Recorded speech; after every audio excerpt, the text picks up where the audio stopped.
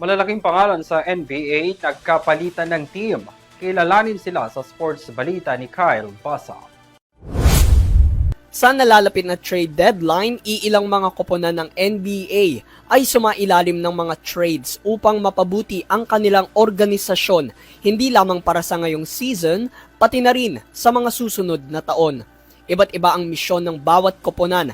Ang iba ay gusto nang makamit ang kampyonato ngayon o kaya sa mga susunod na season.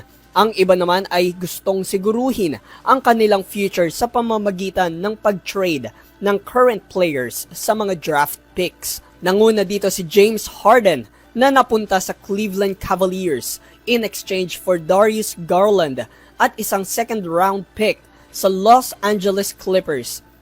Healthy naman ang kanilang relasyon sa dating koponan na Clippers. Ngunit ayon kay Harden, may mga bagay na kailangan ng tapusin dahil iba na ang tinatahak ng bawat isa. Malaki ang kanyang pasasalamat sa organisasyon at excited na siyang makibahagi sa panibagong team. Pangalawa naman ay si Anthony Davis na tinrade papuntang Washington Wizards. Kasama niya sa trade ay sina Jaden Hardy, D'Angelo Russell at Dante Exum.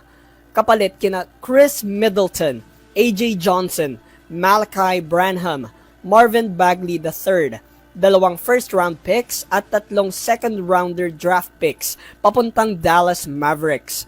Tanging rason ng Mavs ay para mainsayo palalo ang pagiging franchise player ni Cooper Flagg, kung saan naggagawa naman niya ang kanyang trabaho bilang ace player ng koponan na nag-a-average ng 20 points per game.